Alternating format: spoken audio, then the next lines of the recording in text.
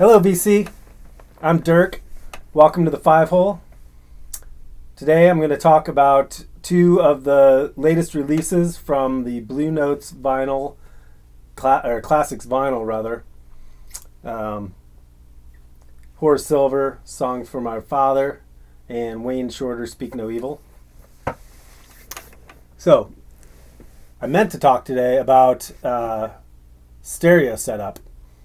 But these came in the mail, and I listened to them, and I felt like I had to say something. Because they're pretty freaking awesome. I'm going to talk about these in chronological order. So,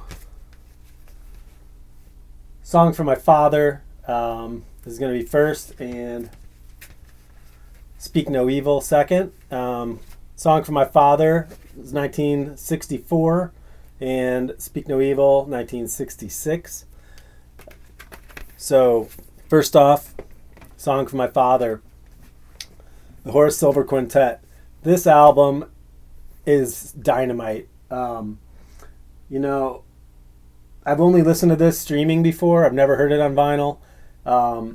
The streaming version that I listened to,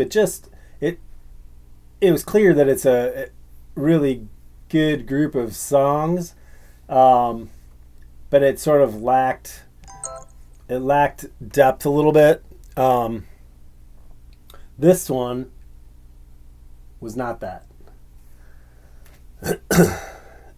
I put this on, and it was in my face, full-blown Rudy Van Gelder recording style, and it just sounded so good. I mean, the horns so perfectly placed in the soundstage, crystal clear.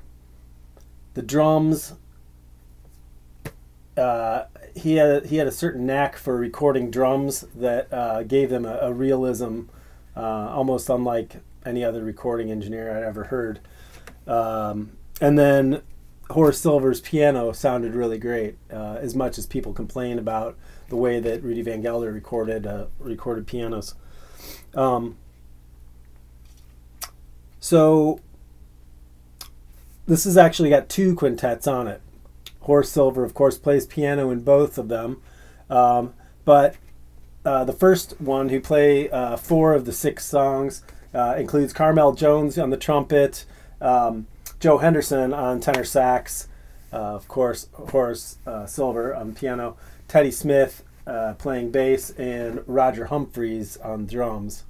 And then the last song on each side, two of the songs, had Blue Mitchell playing trumpet, Junior Cook playing tenor sax, and then Horace Silver on piano, and Gene Taylor on bass, and Roy Brooks playing drums. So really quickly going through the songs. Song for My Father really, comes out of the gates with a sort of driving Latin rhythm, and has this bass line that everybody will recognize if you grew up in the 70s and never heard Steely Dan. They played Ricky Don't Lose My Number, or Ricky Don't Lose That Number, and it's the same bass line that they use in that song. Of course, this is where they got it from. I don't know that they sampled it, but they certainly took it and used it.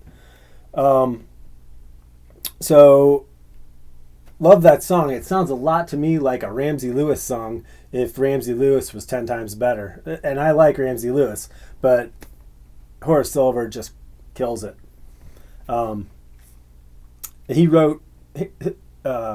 Horace Silver wrote 5 of the 6 songs on this. The kicker on side 2 was Joe Henderson, but all the rest were Horace Silver songs. So the second song, Natives Are Restless Tonight, stands out to me for the drum solo that Humphreys puts out on it, and it's a good way through the song. And you're kind of sitting there with a big smile on your face and getting into the song, and it moves on to the next one, Calcutta Cutie, and my grin just burst ear to ear. It was that song is this just audio adventure. The recording has got so much going on in it. The soundstage is just fantastic, and the thing that really like slaps you into attention is at the very beginning when you've got so that song has got the second group quintet playing on it. You've got Gene Taylor's bass line going, and then all of a sudden Roy Brooks comes in with this bell coming out of the right channel, and it's so crystal clear and just smacks you in the face and makes you kind of open your eyes. And then he plays something that sounds like, I don't know, spoons. If you've ever heard anybody play spoons, this sort of metallic clacking sound, almost like maracas that are made out of metal. And it is so lifelike, and it's so, you can just reach out and grab it. And it just shocks you into sitting forward in your seat and listening to the rest of the song. And the whole thing is just this interplay back and forth all around the soundstage. Just really fun song. So as I mentioned on side 2, you got the kicker that is a song by Joe Henderson, and as you might imagine, it's maybe leans a little bit more on the horns.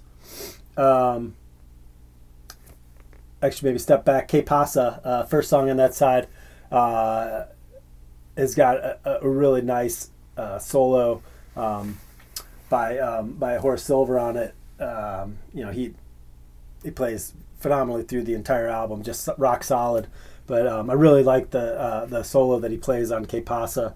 Then on the kicker, wow, that song is just an explosion. It's so good, really fast, up tempo. The interplay between Carmel Jones and Joe Henderson is really great. So all in all, I really enjoyed this album. Now there's got to be a few. I want to say Music Matters did a pressing of this. The only record I've heard of it, the only vinyl record I've heard, is this one. If the Music Matters is a lot better, I mean, how much better can it get? This is really nice, really well mastered, obviously well recorded. Really enjoyed it. So that was a big score on my introduction to the Vinyl Classics series, classic vinyl series. I keep saying that backwards, but if the rest of them are as good as this, we're in for such a treat. There's some heavy hitter titles coming out. This being one of them, and I really am looking forward to hearing the rest of them. Wayne Shorter, okay, Speak No Evil. So this album, 1966, kind of a super group of performers. You've got Freddie Hubbard playing trumpet, Wayne Shorter on tenor sax. You got Herbie Hancock playing piano with Ron Carter on bass and Elvin Jones on drums.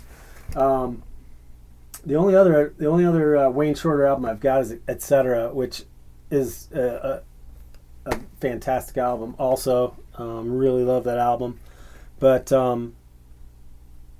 this was literally the first time I've listened to Speak No Evil, and there's another one I believe they did a Music Matters pressing of it.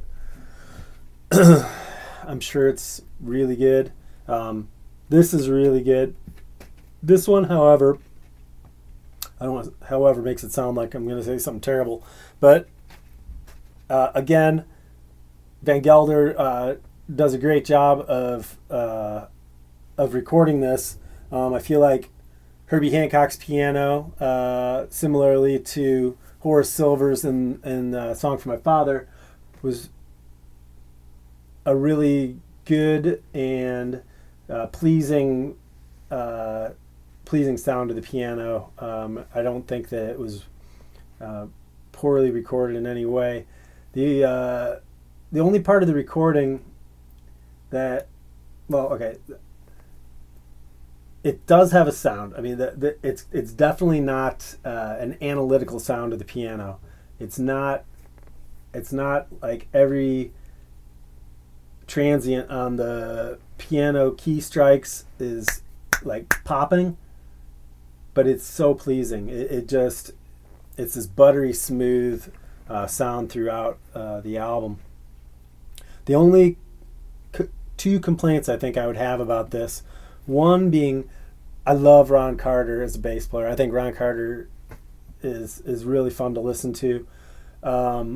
I feel like he was pushed a little far back in the mix on this, and this is no reflection on Kevin Gray. I think this mastering is really good. But I think that when it was recorded originally, the bass was just pushed a little far back into the mix, and he does really well to be more forward. His bass playing is so good. Okay, and then the second part, if there's any complaint I have about it, would be I feel like the horns were recorded really hot, and now this one I don't know. This could have been Rudy Van Gelder, or it could have been Kevin Gray and his mastering, but those horns are so hot that in a few of the songs it feels to me like it's probably on the tape, like they're a little oversaturated. The horns get a little kind of too not mushy, but they just lose a little bit of their clarity, I think. They're a little too hot. But, that said, Freddie Hubbard and Wayne Shorter perform on this like so well. I love Wayne Shorter's style of playing sax, but I gotta say, Freddie Hubbard, to me, this album, I thought his trumpet playing was so good. I really, really liked it. But the two of them interplay really gracefully throughout the whole album. There's nothing really bad I could say about the album.